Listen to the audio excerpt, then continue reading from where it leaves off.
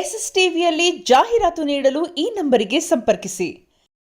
Taluk district ಗುಲ್ಬರ್ಗದಾಗ ನಾನು Karnataka state cooperative marketing ಫೆಡರೇಷನಲ್ ಕ್ಲರ್ಕಾಗಿ ಕೆಲಸ ಮಾಡ್ತಿದ್ದಿದ್ದಾಗ ನಾನು ನೌಕರಿಗೆ ಹೋಗಬೇಕು ಹೆಂಡ್ತಿಲಿ ಮನೆಯಲ್ಲಿ ವೇಷವಾಟಿಕೆ ಮಾಡ್ತಿದ್ದು. ಬಂದು ದಿನ ಕೇಳಿದೆ ಏನು ಹಿಂಗೆ ಹೋಗ್ತಾಯಿದ್ದೆ, ಯಾರೋ ಮನೇಲಿ ಬಂದು ಹೋದ್ರಲ್ಲ ಅವ್ರು ಯಾರೆಲ್ಲ ನಮ್ಮ ಕಾಕನ ಮಗ ಹಂಗೆ ಹಿಂಗೆ ಹೇಳಿದ್ರು. ರೆಡ್ ಹ್ಯಾಂಡೆ ಒಂದು ದಿವಸ ರಾತ್ರಿ ಸಿಕ್ಕಿರೋದ ಸಿಕ್ಕಾಕೊಂಡಾಗ ಇಬ್ಬರು ತೆಕ್ಕೆ ಕುಸ್ತಿ ಮಾಡಿದೆ, ಓಡಿ ಹೋದ್ರೆ ಮತ್ತೆ ಇನ್ನೊಂದು ಸಲ ಏನು ಮಾಡಿದೆ, ಇಬ್ಬರನ್ನ ಹೊಡಿಬೇಕಂತ ಮಚ್ಚೆ ಮಾಡಿದೆ.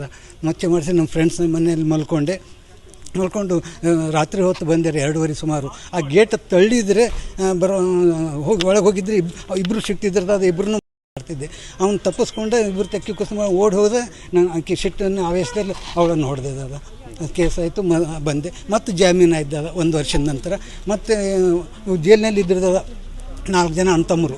ಅವ್ರು ನನ್ನ ನಡತೆ ನೋಡಿಕೊಂಡು ಸ್ವಾಭಾವಿಕ ನೋಡಿಕೊಂಡು ಗುಣ ನಮ್ಮ ಮಗಳು ಆಗು, ನೀನು ನೌಕರಿ ಜಾಬ್ ಆಗ್ತದೆ, ಮತ್ತು ನಿನ್ನ ಜಾಬ್ ಮೇಲೆ ಹೋಗ್ತೀಯ, ಮತ್ತು ಕಾಂಪ್ರಮೈಸ್ ಮಾಡಿಸ್ತೀವಿ, ಸತ್ತವ್ರನ್ನ ಬೀಗರಾಗಬೇಕು ಅಂತ ಹೇಳಿದ್ರದ. ಆಯ್ತು ರೀ ಅಂತೇಳಿ ಅಂದೆ. ನಿಮ್ಮ ಮಗಳಿಗೆ ಕುರುಡಿರಲಿ ಕುಂಟಿರಲಿ, ಮರ್ಯಾದೆಗೋಸ್ಕರ ನಾನು ಮರ್ಡರ್ ಮಾಡಿದೆ. ನೌಕರಿ ಕಳ್ಕೊಂಡೆ, 10 ಎಕರೆ ಜಮೀನು ಕಳ್ಕೊಂಡು ನಾನು ಕೇಸಿನ ಸಲುವಾಗಿ ಈ ಥರ ಆಯಿತು. ನಿಮ್ಮ ಮಗಳು ಕುರುಡಿರಲಿ ಕುಂಟಿರಲಿ, ಮರ್ಯಾದೆಯಿಂದ ಇದ್ದರೆ ಸಾಕು, ಆಯಿತು ಮಾಡ್ಕೋತೀನಿ ಅಂತ ಹೇಳಿದೆ. ಆಯ್ತು ಅಂದರು. ಅವ್ರದ್ದು ಕೇಸ್ ಬಿಟ್ಟು ಹೋಯ್ತು. ನನ್ನ ಬೇಲ್ ಆಯ್ತದ 1 ವರ್ಷದೊಳಗೆ.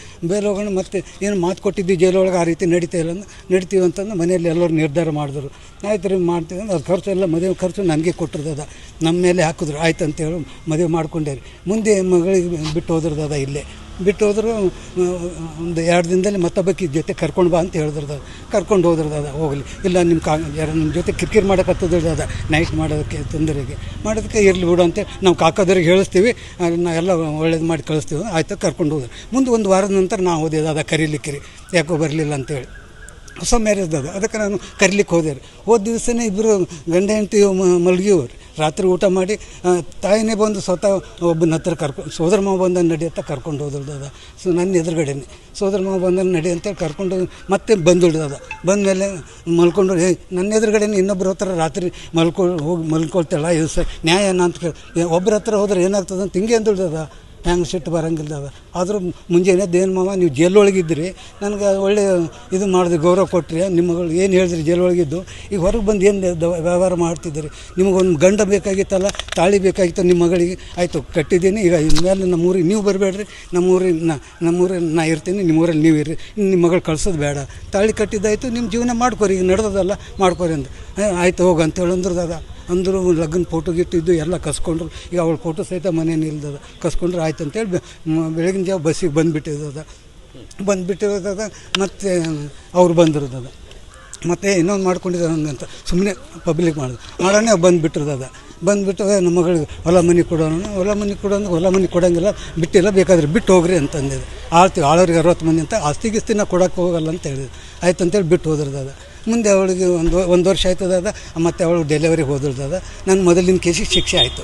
ಒಳಗೆ ಬಂದ ಮೇಲೆ ಮತ್ತು 2 ವರ್ಷ ಆಯಿತು. ಪೆರೋಲ್ ಮೇಲೆ ಬಂದಾಗ ಈಕೆ ಡೆಲಿವರಿ ಆಗಿತ್ತದ. ಅಲ್ಲಿ ಹೆಣ್ಮಗು ಅದ. ನಾವು ಇಲ್ಲಿ ನಮ್ಮ ಮನೆಗೆ ಇದ್ದುಕೊಂಡಿರ್ತದ. ಜೈಲಿಗೆ ಬಂದಿದ್ದರೆ ನೀ ಇಲ್ಲೇ ಜೈಲಲ್ಲೇ ಇರಬೇಕು, ನನ್ನ ಮನೆಯಲ್ಲೇ ಇರಬೇಕು, ನೀವು ಊರಿಗೆ ಹೋಗಬಾರ್ದು, ನೀನು ಹೋಗಬೇಕಾಗಿದ್ದರೆ ನಾವು ಇಬ್ಬರು ಜೊತೆಯಲ್ಲೇ ಹೋಗೋಣ ಅಂತ ಹೇಳ್ದಿದ್ದದ.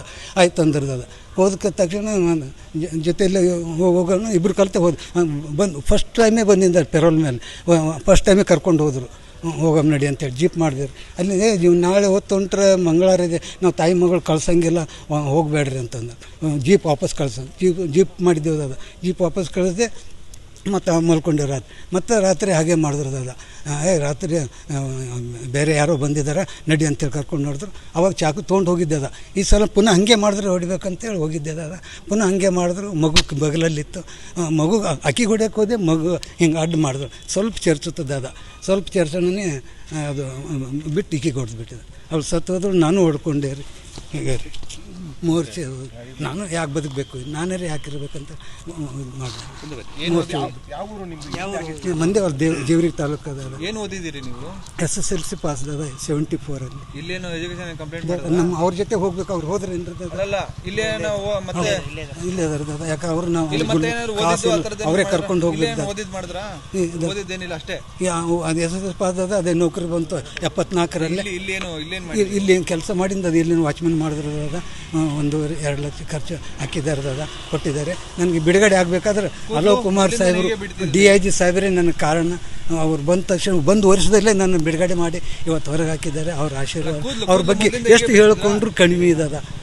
ಇವು ಕೂದಲು ನಾನು ಇಲ್ಲಿ ಒಳಗೆ ಬಂದು ದೇವ್ರಿಗೆ ಬಿಟ್ಟಿದ್ದದ. ದೇವರಿಗೆ ಈಗ ನೆಕ್ಸ್ಟ್ ಇವಾಗ ಹೋಗ್ಬಿಟ್ಟು ಈಗ ತೆಗಿಯಂಗಿಲ್ಲ, ಹಿಂಗೆ ಕೊನೆವರೆಗೆ ಇಡ್ತೀನಿ ದಾದ. ನೀವು ಇರೋವರೆಗೂ ಹಿಂಗೆ ಬಿಡ್ತೀರಿ ದಾದ, ಎಲ್ಲಿ ಇರೋವರೆಗೂ ಹಂಗೆ ಬಿಡ್ತೀರಾ? ನೀವು ಇರೋವರೆಗೂ ಹಂಗೆ ಬಿಡ್ತೀನಿ ದಾದ. ಈಗ ಮಂದೇವಾಲ್ಕ ಊರಿಗೆ ಹೋಗ್ತೀನಿ ದಾದ, ಜೇವರಿ ತಾಲೂಕು. ಒಟ್ಟು ಎಷ್ಟು ವರ್ಷ ಜೈಲಲ್ಲಿ ಇದ್ರಿ? 37 ವರ್ಷ ಜೈಲ ಇದ್ದ. ಅಂದ್ರೆ ಮೊದಲು ಇವಾಗ ಎರಡು ಎಲ್ಲ ಸೇರಿ 37 ವರ್ಷ. ಈಗ ನಿಮ್ಗೆ ಎಷ್ಟು ವಯಸ್ಸು? 74 ಇದ್ದದ.